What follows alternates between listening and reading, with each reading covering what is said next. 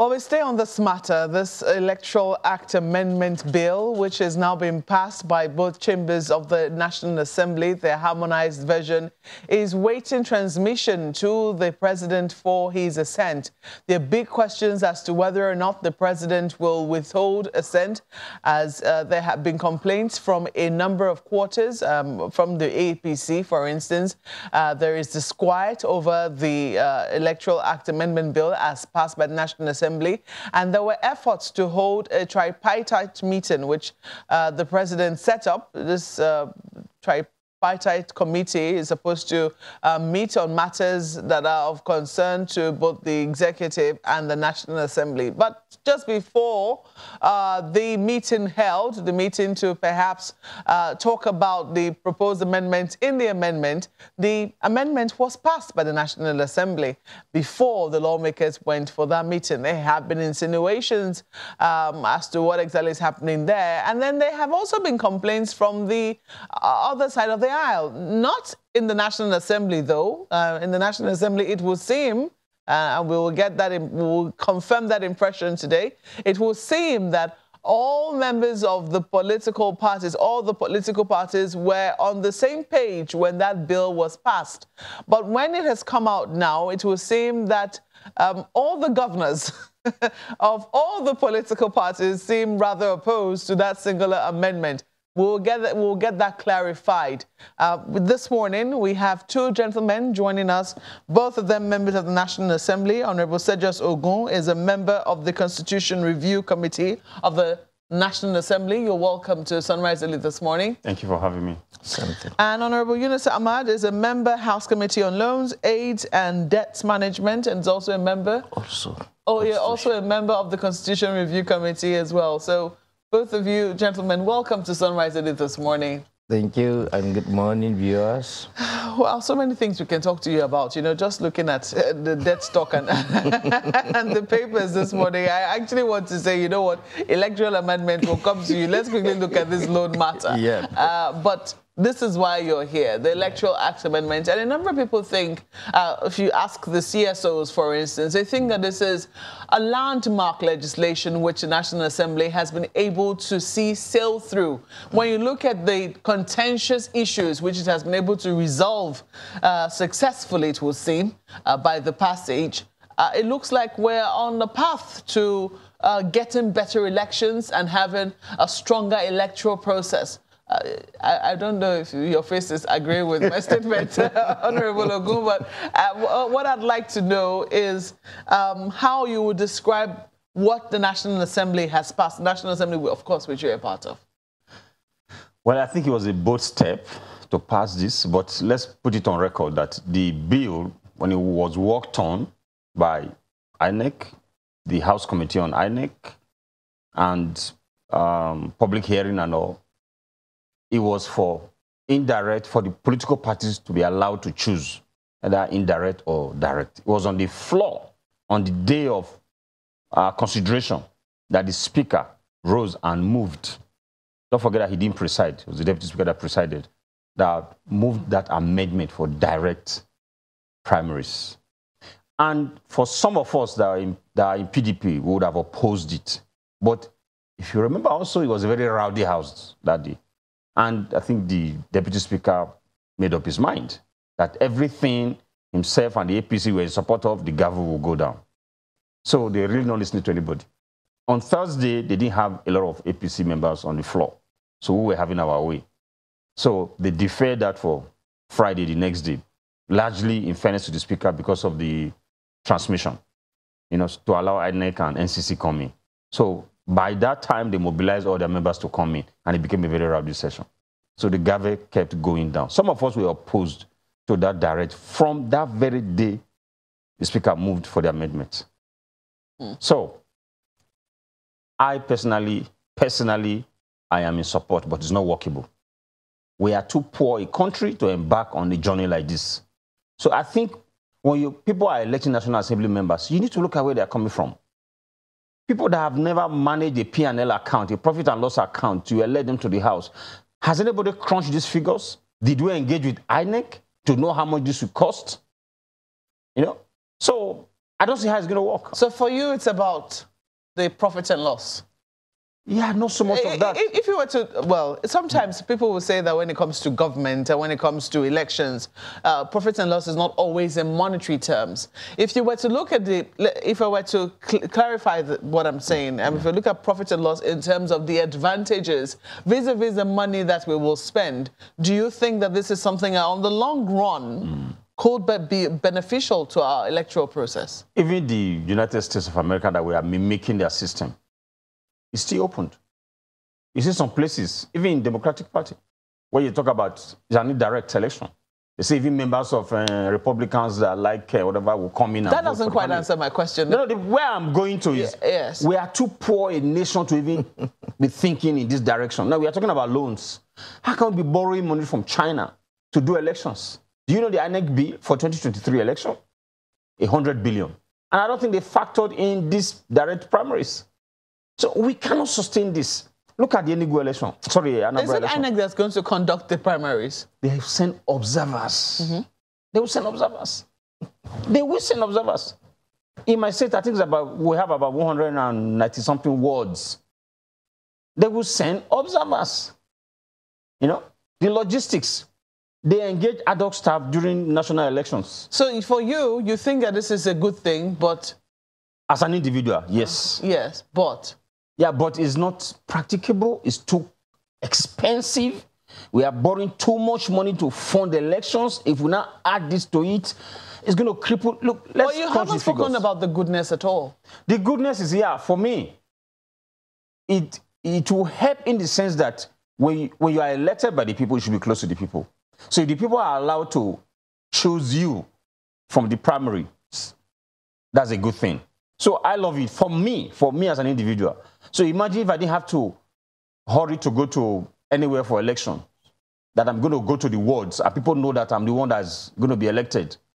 I would rather even sleep. I will sleep at home knowing that they will elect me. So it takes away the fear of running around to look for who are the delegates. I can tell you for free, people are paying people right now that are likely going to be delegates in our next election, 2023. They've been on salary. Likely delegates. You sit down, you are crunching. This person is a leader, most likely will be a delegate. So they are on salary right now. That's miserable, is something that is appalling. I have never done that, you know. But again, people talk about the control of the governors. Even the direct primaries, governors will control it. They will manage the ward's executive. And from there, LGA executive. And then they will give instruction down. Watch it. If it happens, I know people will go to court, but this is where they will start from. They will tell you the primaries will be around 12 noon. Everybody should be there. And then by 9 a.m., they will conduct it and send the result. You will not do anything.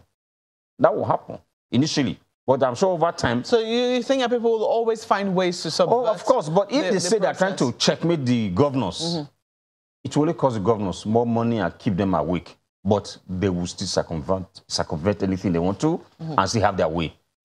But like I said, as an individual, perfect. I love it. But it's not affordable. We cannot afford it as a country right now. Okay, let me come to you, Honorable Yunusa. I don't know if you, first and foremost, you think this was a partisan thing, as he says that they were speaking, but the House was a bit rowdy, so it would seem that the voice of the opposition wasn't quite heard clearly. And this this particular amendment eventually sailed through, because it would seem that it is the most contentious of all the amendments that have finally sailed through. What are your thoughts on it? Well, I've listened to my colleague here. Like I said, we have been sharing some views, though on a different phase. Let me put it on record that there is nothing about partisanship. By way of correction, you heard my colleague, even when they were opposing it, they were not opposing it because of his unpopularity. They were opposing it maybe cost-wise, thinking that it's going to be a cumbersome arrangement, is going to dwell on the country's resources. Apart from that, individually and collectively, and looking at the collectivity of the Nigeria as a nation, also putting into question the mode of elections we have been conducting in our nascent democracy, about 20-something years now, no, uninterrupted. Now you look at the misgivings. We have tried this indirect primary. In fact, in some cases, they are called selection. And we end up with all sorts of people. And we witness in the National Assembly this godfatherism kind of a politicking. I can put it on you on record, and my colleague can bear me witness. When put to witness under oath, I can mention a lot of credible members that couldn't make it back to the National Assembly due to godfatherism. A lot of people got into the National Assembly, first 1 year, second 1 year, some of them are paying debt owed indirectly, not in cash, but in kind, because some people threw their weight behind them. They have to mortgage their salaries and allowances, which to me breed corruption and put the National Assembly members on edge to really look for money here and there to pay the debt or whatever things they have wrought upon to be in the National Assembly. And we saw that a lot of other credible candidates from the ward, from the constituencies are not giving way. You hear a lot of talks. You are a good person. Why wouldn't you join politics? I don't have godfather, I don't have money. So to us, relying on Section 14 of the Constitution, subsection 1, that says, the people, you make laws for the good conduct of the Nigeria as a nation. That is our Constitution. Again, Section 24 says we should also create and ask for participatory of every citizen that is mature from the age of 18 and above, create a kind of a direct participation in nation building.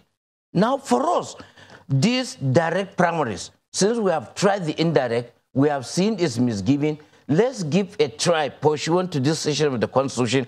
And again, you know, Section 4, the legislative, whatever in the Constitution, we now rely on our powers to say that why can't we formulate a law that at least for once the generality of the people can feel they have a fair, level playing field, playing ground.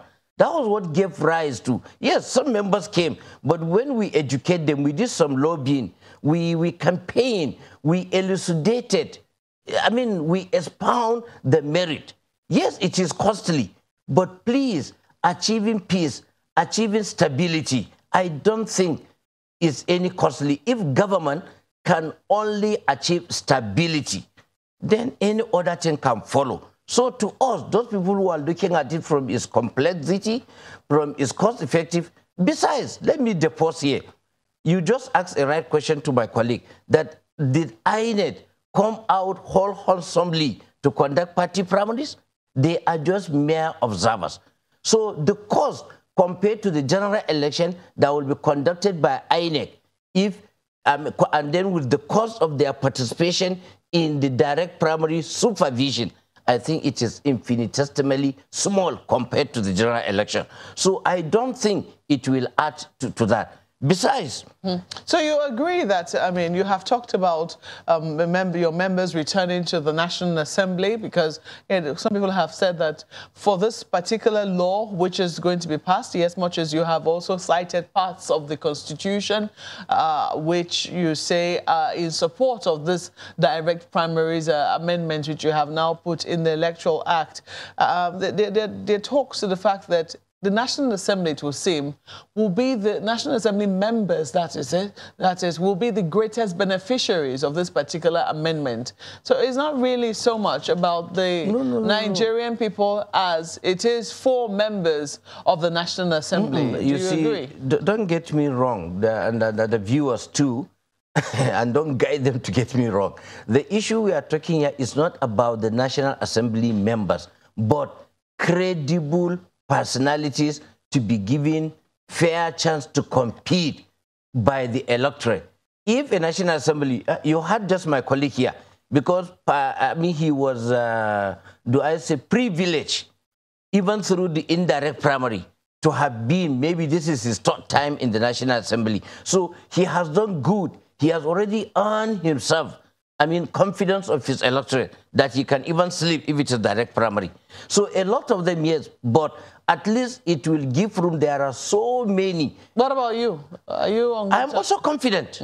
But generally, maybe if I didn't come to the National Assembly, I wouldn't have done that vis-a-vis the National Assembly. But let me tell you, personally, if you're talking about my personal, I have been canvassing for this Green Chamber since 1999. But this indirect selection wouldn't have allowed me because there was no level playing ground.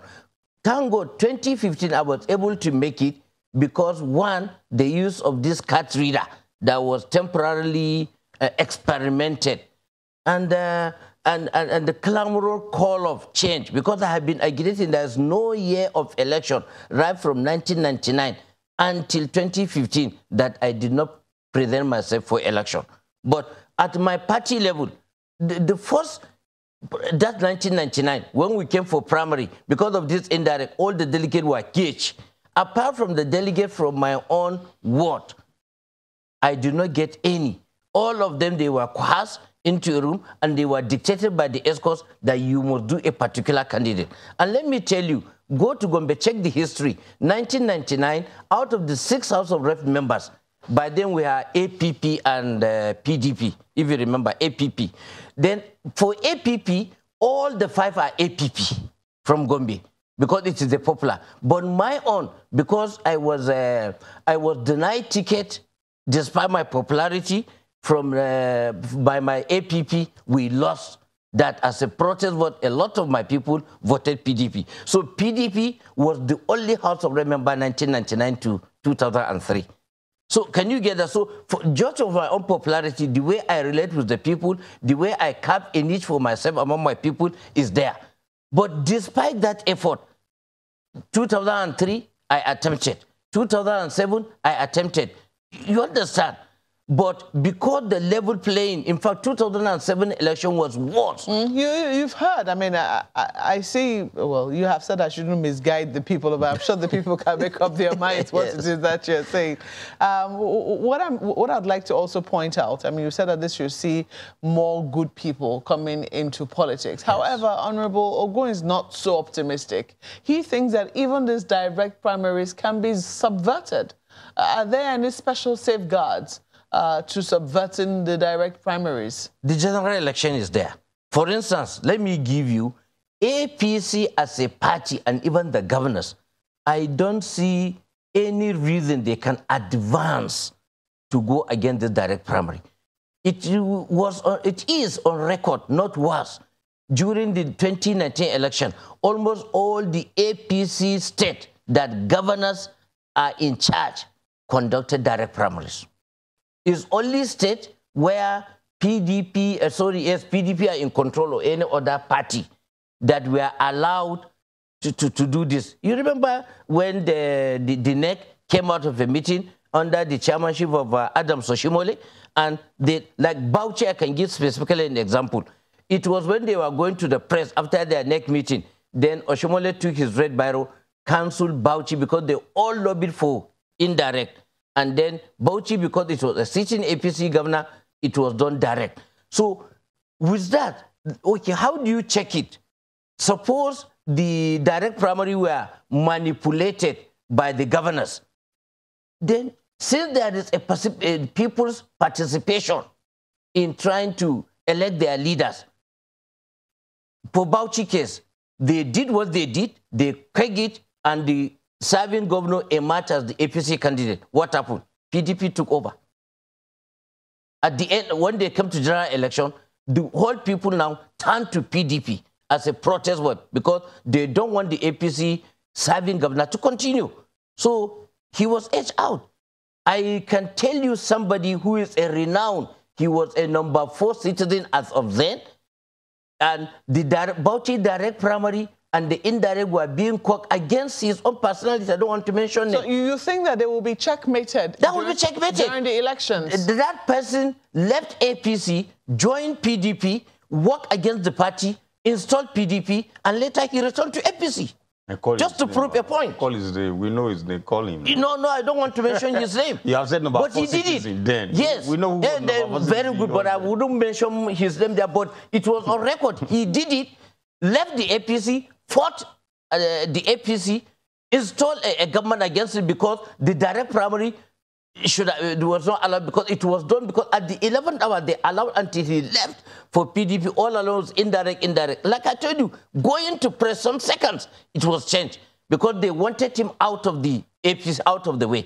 But he fought them from there to show them he's not just greedy remaining in PDP. He returned to APC. The government that he installed, he abandoned it. But he just answered the question. So what I'm saying, let there be options. No, what we are saying here is that, yes, anybody who thinks he can gag against it, I know the governors, even if they can go out of their way, using the enormous resources, which is state resources, to control any governor that feels he's doing that, that is the other way. So that is the point I'm trying to It is interesting. I'll come to you shortly, Honorable. It is interesting that you talk about former number 4 citizen. I mean, number 4 is supposed to be the speaker, right? Well, you are forcing me to mention it. I'm not forcing you. I'm just clarifying for the benefit of our viewers. Number 4 citizen, it is interesting that number 4 citizen is the example you gave, and number 4 citizen in this instance is the person who has moved for the institution of direct primaries. But you wanted to quickly say something. Yes, he just supported my position that we should leave the law the way it came, or the bill the way it came to the House. Was that what you got from his submissions? Yes, that was what was submitted to the House. No, I mean, was that what you got from what he Yes, just because said he's now? saying that protest votes. So if somebody is very popular and you manipulate the process through indirect, then the electorate will vote against the party. That should be a lesson. That's why we should allow, that flexibility. That even happens in the US. The example I was given earlier on. So if you allow for that flexibility, and the party knows that this man is popular, and then you go gang up by keeping the delegate somewhere you don't want him, you manipulate the process, the people, if they allow a free, fair, and credible election, will vote against the party. And when the party loses, it should be a lesson for them to allow for level playing field. That's the point I'm making. No, but what the point he seems to be making, and he's free to definitely say that exactly. That's not the point you're making. Is that direct primaries, in the places where direct primaries were conducted, these problems did not come up. It is in the places where indirect primaries came up that we have seen the voters punish the party when they're not happy with the candidates. That's if you allow for that option to happen, the people that are likely to manipulate the indirect will be careful. So allow the parties to choose what suits them. That's the point I'm making. In my constituency, in my local government, we have islands. So how do you move people? If you have to send the INEC officials. You seem very particular about the INEC officials. Now, there are those who are saying that, all elections are local. INEC has offices in all 774 local governments of this country. You still have to put a cost to it. How many workers do they have? The workers they have in INEC office INEC hasn't complained so far. They have. Listen to the national. We haven't heard them. No, they have complained that, look, it's cumbersome and it's going to cost a whole lot of money. I can tell you, in the INEC office in my local government, they don't have up to 20 staff there. How many staff do they need to observe ward congresses? How many units? I have how many units? Over 100 and something units. Ask me. Yes, they have to engage ad hoc staff again. You have to move them to these places. This is just crunch it and get. Okay, so this I will tell you. Get INEC to crunch the figures and come and talk to you. We cannot afford it now. I personally don't mind it, but we cannot afford it as a nation right now. If you hear what happened in the Anambra, you will weep for this country. Even now we are talking about direct primaries. You are still going to buy votes because the people have just turned to something else right now. They have those that want to vote genuinely, but they are there. I mean, talking about my own constituency, because most rural communities, people that go to farm, then you tell them that they not to go to farm, to come and queue to vote for you. They must get something. Why? Then you do. Of course, look, let's not pretend about this. They have, okay, now I'll give you an example. In my own village, we have so many Igbo people in camps. They are living in the community because there's land for them to farm. So you tell them, don't go to farm that day. Come out from the village, very rural in there. You have to provide logistics for them to come out. Isn't this about the political? Because some people have also said that this is about the... It's not everybody that's going to come out and vote for you. It's only the people who are members of your political party. Isn't that correct? Okay, the people I'm referring to now are members of my party. Exactly. So if they're members of your party, one would imagine that, you know, perhaps they'll be paying dues. By now, the party will have the funds but to be able to... Nigeria. These are not the things that happen within the... Nobody pays due. We tried to drive that in my state by, I think, Chief Dopesi and other people. It didn't work. Because I said you should have discussed this when we're in government. Now we are in opposition. People don't have money. You are telling people to pay money to first register and then to be paying dues. Who will do it? It died in natural death. You know, so political party members don't pay dues. How do they then identify themselves as members of political parties? It's for those of us that can afford it that really pay dues. How much can the dues be? I mean, shouldn't it be according to what it is that you can afford? I mean, at least there should be a minimum. Mapa, you live in Abuja. A realistic... I live in Abuja. Yeah. I also happen to belong to, you know, societies and what have you, where if you're a member, you must pay dues. That's how the organization raises funds. There are people in my village, in my constituency, that will be sick and they cannot afford to buy paracetamol, 10 naira paracetamol. I'm not exaggerating this. I was discussing this with one of my aunts one day, and she had a headache. I said, but you could have just bought paracetamol. It's 10 naira. I said, 10 naira is a lot of money. That she could not even afford it. And that happens every time you go home. Somebody is not well, cannot afford paracetamol, 10 naira. And are these the people that you tell to pay party dues? Why do you think people are selling their votes? That's the same reason. I have a community, the contractor, I built a healthcare center. The contractor told me, he's from the Southwest, he's not even from our place. The architect, he told me, look, Oga, you are hurrying me to furnish this place, and I even heard that they don't vote for you in that place. I said, it doesn't matter. They are human beings because they live in camps. They are farmers. If anybody is bitten by a snake, how do you move from there to the next health center? They told me, Oga, people just die. People give birth at home. That's why I built two in two different communities. But guess what? They are not necessarily indigenous. So for them, they don't really care. You come, pay for the vote, and they give it to you. So if you are saying you are going to do direct, they will come, leave their farms, and come and queue on that day. You still have to furnish some considerations.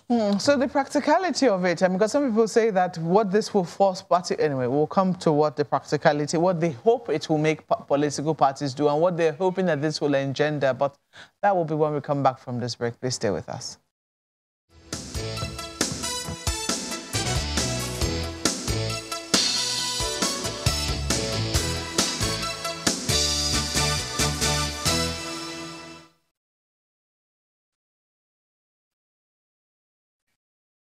Well, big questions as to the practicability of this, and that's where Honorable Gon lays his own complaints as to how feasible this Electoral Act Amendment Bill as being passed by the National Assembly is going to be if it's entered to law. He believes that the process is too expensive. That's the process of direct primaries will be too expensive and too cumbersome. But his colleague, Honorable Yunusa Ahmed, feels very differently. I don't know, Honorable, can they pay dues? Because part of the issue is the political parties believe, or beg your pardon, the National Assembly believes that this will engender, participatory democracy, as you have already reeled out, and that political parties will be clearer as to those who are truly their members. They will be particular about maintaining a register and knowing those who truly really care for the party, so to speak, and, who are truly their members in name and deed, so to speak. Yeah. But I don't know, from what Honorable Ogun is saying about the prevailing poverty in the land, do you think that this would really, be the situation, or will the person with the biggest amount of money still get his way at the end of the day? Yeah, you see, in fact, the more my colleague open his mouth and speak, the more he is giving more reasons as to why this direct primary should stay. Give the people participatory role. For decades now, about 2 or so decades, you've allowed some money back, some godfathers, some well-influential people. They have been influencing the process. this issue of money does not start like that. When we started the First Republic, the Second Republic, people were contributing. Remember the Naples, the NCNC, whatever, people were contributing. So what went wrong?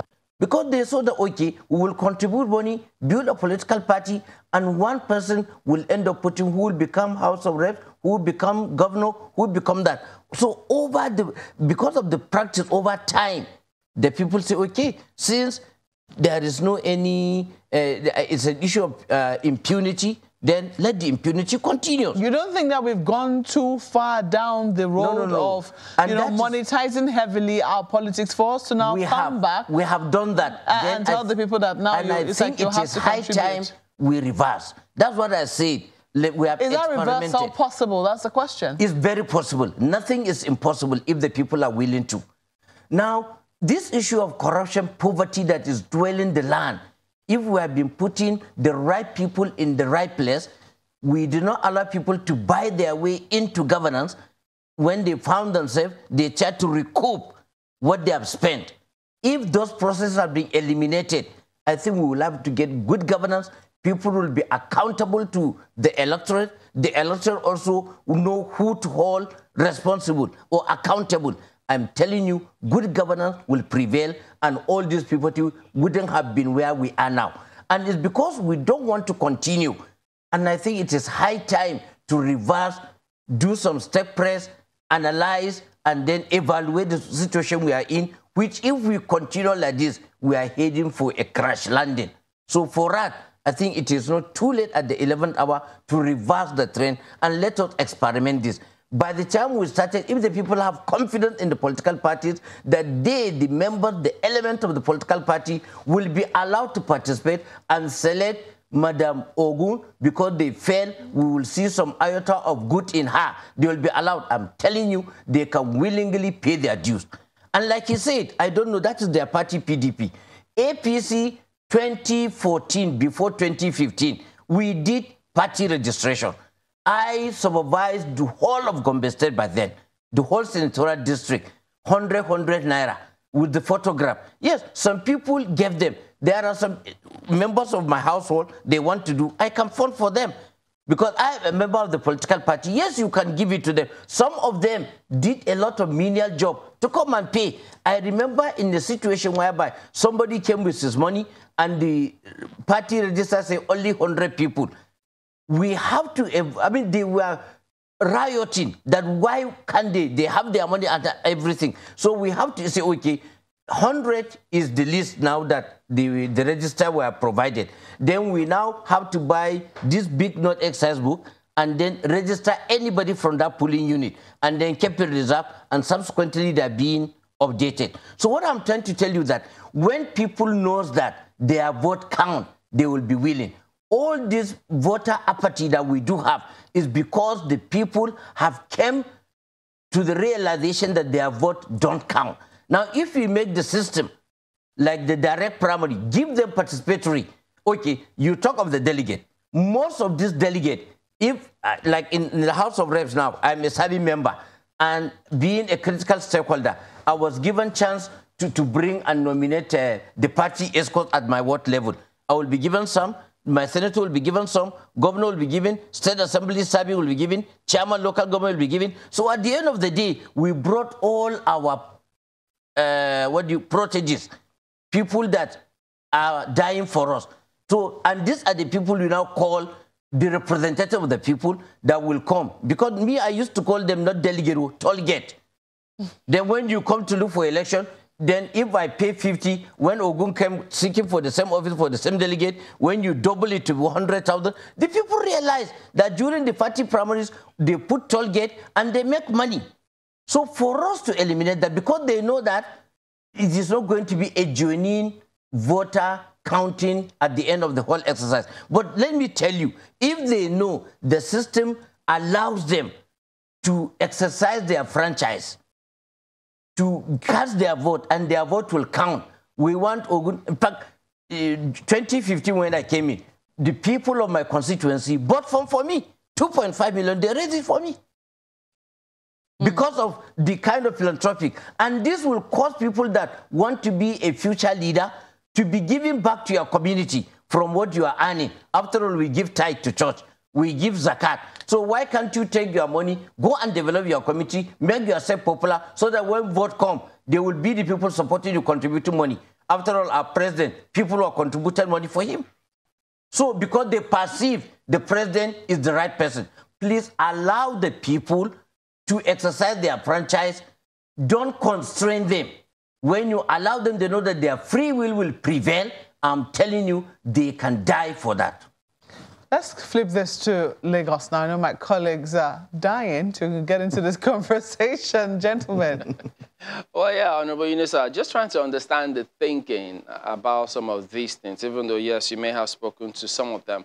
But how is it that, because we've hosted, you know, gentlemen and women from both leading political parties, and they were of the opinion that it will, at the moment, that it will be difficult for any member of the party to say they have a credible party register.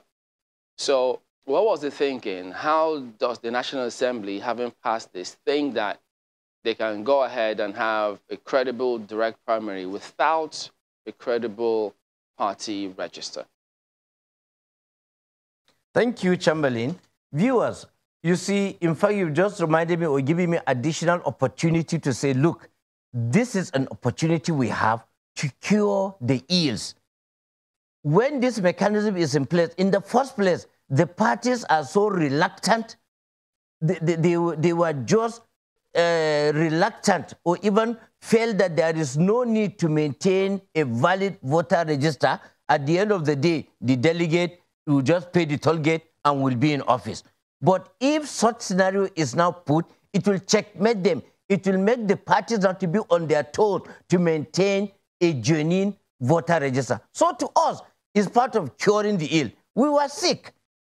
Now, somebody got either fractured or dislocation, and you go to the orthopedic doctor. Do you think if they didn't give you a painkiller, they won't touch it and you feel the pain? Even with the painkiller, you feel the pain before you get a cure. So let's take this to be a curating stage.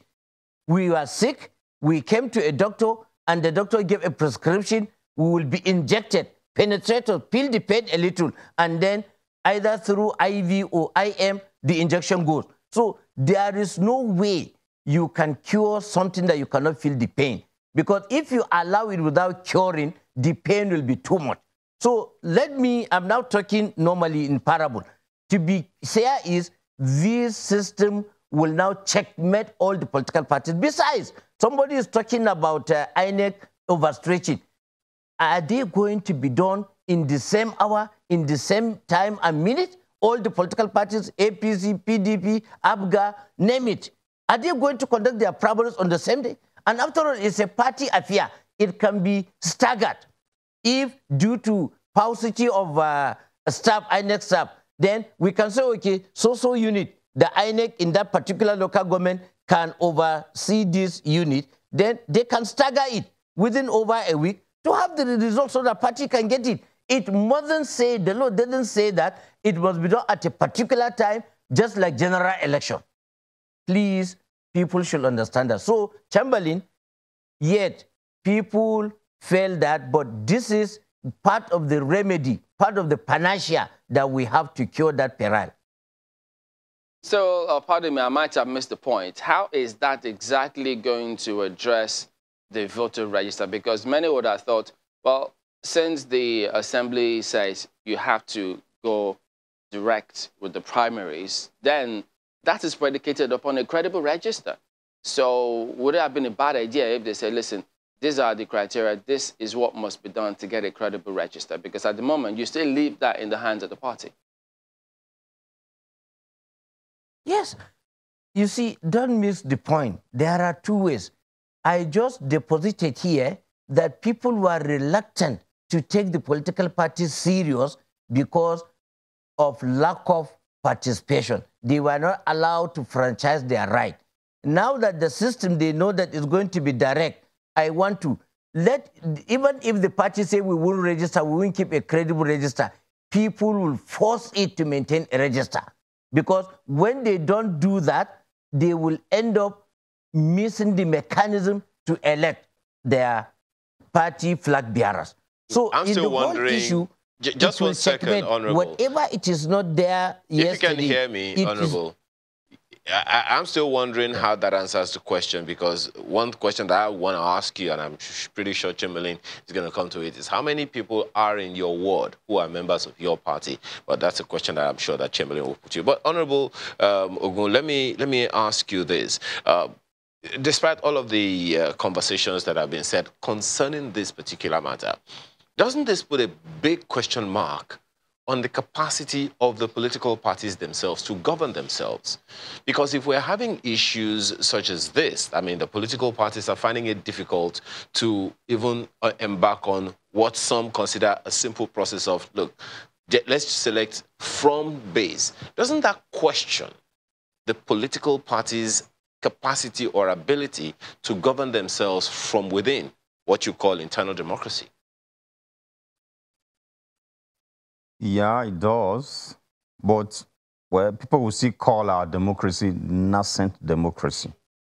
So this bill really is a step in the right direction. Like I said earlier on, I'm not against it. But the modalities, we are too poor a nation to embark on this journey.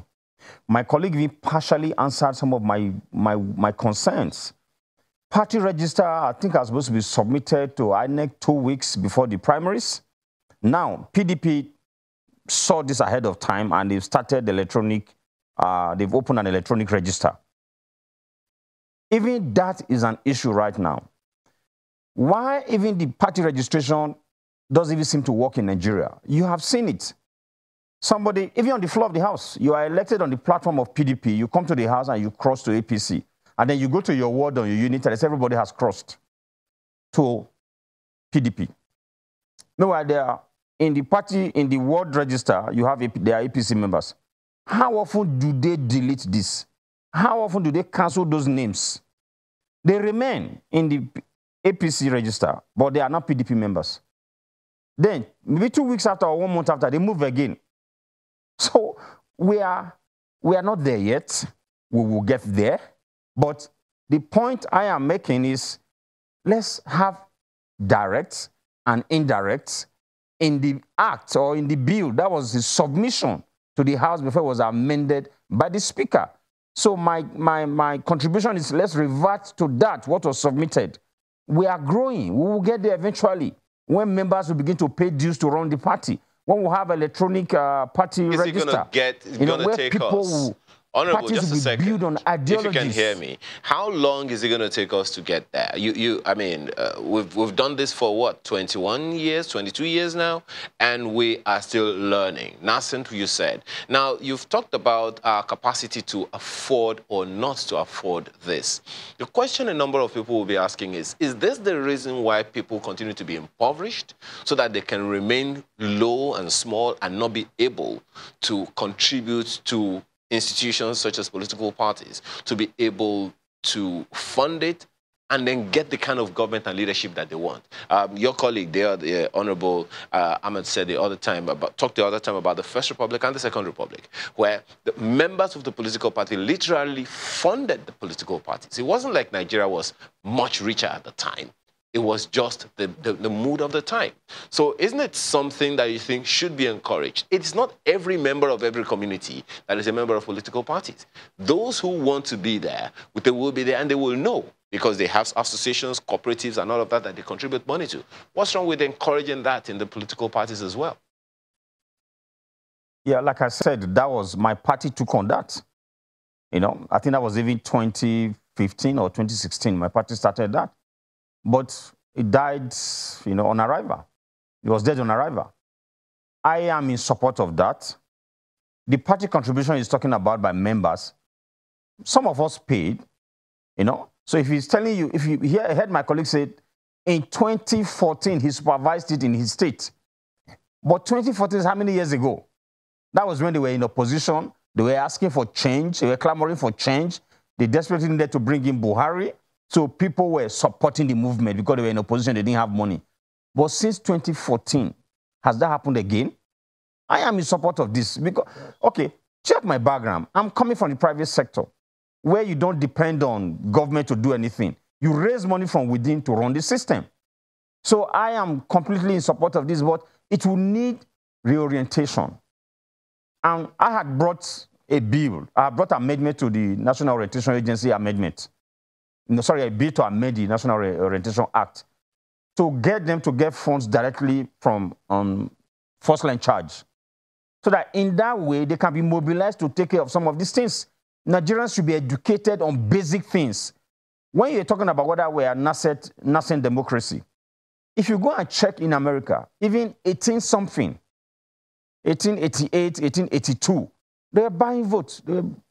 People couldn't get through primaries. People like Roosevelt, you know, even till 1920, those issues were there. So granted that we have learned from such democracies, matured ones, that we shouldn't go through that, but you still need to carry the people along. You still need to educate them on the ills of selling votes, on the advantage of being strong members of a political party that you have a voice. You refer to maybe in the days of NPN and all. Yes, we are poorer today. How much was the exchange rate then? We didn't need to buy petrol to fuel our generators then. That was light. I was telling somebody some few days ago that growing up in Kano, people used to come and fumigate our house. You know, public. But there was public water. There was public light.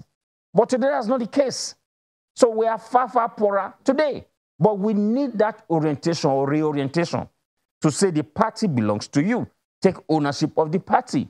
Yeah. When you contribute even 50 naira, that gives you a voice in the party. So you cannot just force this on the people today and expect that it will work. It's not going to work. But isn't the money bags will still fund this. Yeah, if the money bags say they want to fund it, do you think that this is going to make them think twice? Because if you want to buy those votes and fund it, you're going to have to spend way much more than you have ever spent. And so this, for instance, could just be a starting point to discourage them. And secondly, from now up until when those primaries hold, wouldn't there be at least sufficient time for the orientation within political parties to go on side by side? Well, I hope so, but you know, in democracy or in politics in Nigeria, it doesn't work that way. Some of us are very impatient with the system. It's too slow, and like I said earlier when I told the people that have managed the P&L accounts are in charge of a system. You know, they don't think it through before bringing it down to the people. So you have to also get, you always have to get money back to take care of these things. When you talk about becoming more expensive for money bags, don't dare a Nigerian politician. When the Anambra State governor, don't want you to take away anything from the last election, when he won his second term, I told my colleague that ran with him, Tony Woye, that look, nothing will happen in Anambra in this second term. But now everybody's complaining about bad roads in Oka and all that. The government made a lot of money. Today, the state is in debt. Now, we just had another election. If you heard how much was spent on votes buying, you will cry for this country. So we need to talk more and engage more, you know, before we begin to talk about things like this. Now, the direct primary is going to be option A4. Why did we not add that in the bill for the general election to be option A4? It will be cheaper, it will be more straightforward. So even that is a contradiction. So, right. Well, Nigeria is a work in progress. All right, let me bring in Honorable Yunusa on this Nigeria matter. Is work in progress. Yeah, just a minute. Honorable Yunusa, perhaps in addition to whatever response you have of some of the responses, let me ask you, part of what the Assembly considered is Clause 88 of that draft bill, which increased money for presidential candidates, what they can spend on election campaigns from 5 billion to 15 billion, while that of governorship candidates was increased from 1 billion to 5 billion. Then a senatorial candidate will spend up to 1.5 billion. That was up from 100 million. While a House of Representatives candidate will spend up to 500 million, up from 70 million. So if this was really about, you know, the people contributing and ensuring things happen, this is taking them way out of the reach of, quote unquote, the people who the original direct primaries was initially targeted for. You see, I laugh because don't ever underestimate the power of the people. And that is why in democracy, they are the driving force. I don't want to mention names. I just mentioned myself that in 2015, members of my constituency, concerned citizens, actually not all of them, contributed for and picked my nomination form and expression of interest. Now, still that year and several years when our President Muhammadu Buhari was contesting, people were contributing money to protest. I remember 2003, the 10 million for his something was paid by individuals. 2007, I wouldn't mention the governor that did it, but I was the one that paid the money into a bank and get a bank draft, and we present it to Buhari. Then our national chairman, just Ome Ozoeke, hometown when he was given a chieftaincy title, we presented that draft to him, I and the governor, to Buhari for his 2007 and 2011. So what I'm trying, even this 2015 election, people picked the from organization. So even if it is 100 million, Chamberlain, I'm telling you, if the people are willing that Mr. Chamberlain is our candidate, I'm telling you, they will die for you. Some can even sell their clothes to make you be there, because they believe after you are there, the country will be better for them. The thing is this: why do we need to make it difficult for those people to support those who they want to? Because if the National Assembly was saying, we're trying to keep away the money bags, now you're making more room for the money bags to dig their heels in, to have a stronger hold on the host system. You see, let us look at it from this background. I don't believe that Nigeria is poor. We have abundant and tapped resources. The whole lawmaking, like I said, pursuant to section it is 14, that says make people participation, create an avenue that people can participate in nation building. This is part of it. So the issue of mass education, everything, what stops us from doing? Channel television, by anchoring us on this matter, you are doing also an advocate on behalf of, for the government, for the people. People who listen to this program, they now know that the system is now giving back to them for them to take charge of the democratic process and the installation of their leaders. So what I'm saying, it is true. When you talk of money, is what is that 15 million compared to 10 years ago? The exchange rate, and then our now ability to possess. People are making business. People have been enterprising. Most of us, you see, he came from a private sector. I myself too also came from a private sector. Since 1993, I was doing my business. So we get money, and I felt I should translate this the way I transform my company. I want to take the Nigeria not just as a limited liability, but as a private company that I can invest for the future to be good. So, like I said, we are no longer asking what the country can do for us. Rather, we are asking what can we do for the country. Until we have that, what do you call it, that have this paradigm shift, then I don't think we are ready to work. Just like our anchor here was saying that if actually the political parties cannot pay dues, cannot do an internal, what do you call it, democracy and sustain themselves, then we are not ready for democracy. So please, for us to justify that we are ready for this democracy, we must earn it, we must work for it, we must dedicate for it. Because the system is there, people are taking it with levity. I don't contribute, and I can still get what I want. So now it has been passed by the National Assembly. We'll wait to see what will happen when this is eventually sent for assent, because we can see already the opposition of the governors. They're not hiding it at all, that they're not happy with this. Some say no, they're not afraid of direct primaries, but they think that there should be options, that there must be options within the Electoral Act. And a number of them, we understand, are already lobbying, what did the papers say? the APC governors lobby Malame to stop Buhari from signing an electoral bill. There are those who say they will lobby the president directly to stop him from signing the electoral bill. And there are those who are waiting in the wings. I think Honorable Ogun made the insinuation that if this is signed, perhaps, are you going to go to court? Yes. You're going to go to court if it is signed into law? Definitely.